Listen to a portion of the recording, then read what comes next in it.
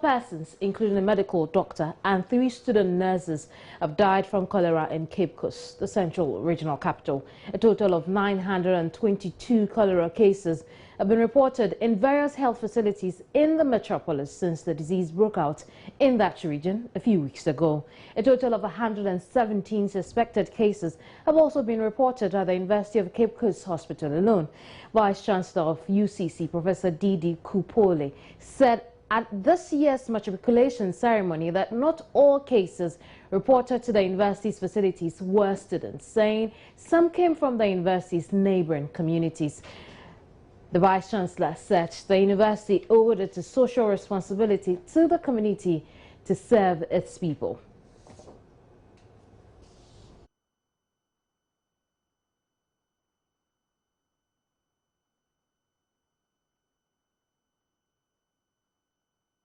We'll get a quick update on that situation in a bit when we get in touch with our correspondent in that region, Richard Kojo Nyako, over some deaths that have been recorded in that area. Richard Kojo Nyako is joining me over the telephone now. Richard, many thanks for your time. What's the latest on this?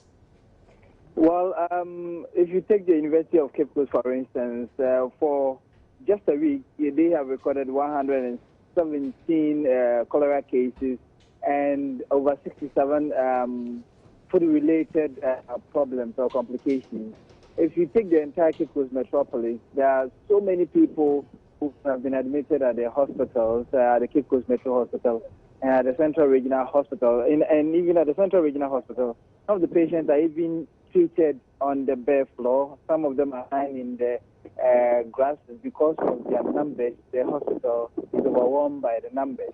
And so if you also look around the Cape Coast, the surroundings where they dump their refuse, where they sell food and other things, it's deplorable. And sanitation itself is a problem here. So at the University of Cape Coast, the university authorities have closed down all the food vending shops here at the University of Cape Coast to avert further occurrences of these things. As a result, one person has died, a level 200 science student has died. And so these are some of the measures the authorities are taking to forestall any unfortunate occurrence here. So for students who rely on the markets within their school, how are they reacting to the closure and what alternatives do they have?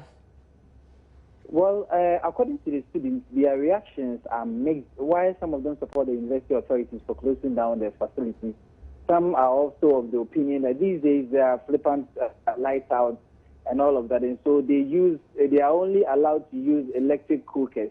And so since there are no lights, they are compelled to buy food from outside. And also there is also an acute water shortage in the various halls of residence. They would have to queue for long hours before getting water. And so all of these things have contributed to what we are getting now at in Cape Coast. I see. Let's talk about the health directorate in that region. How are they reacting to the number of deaths and the increasing number of cases of cholera in that region?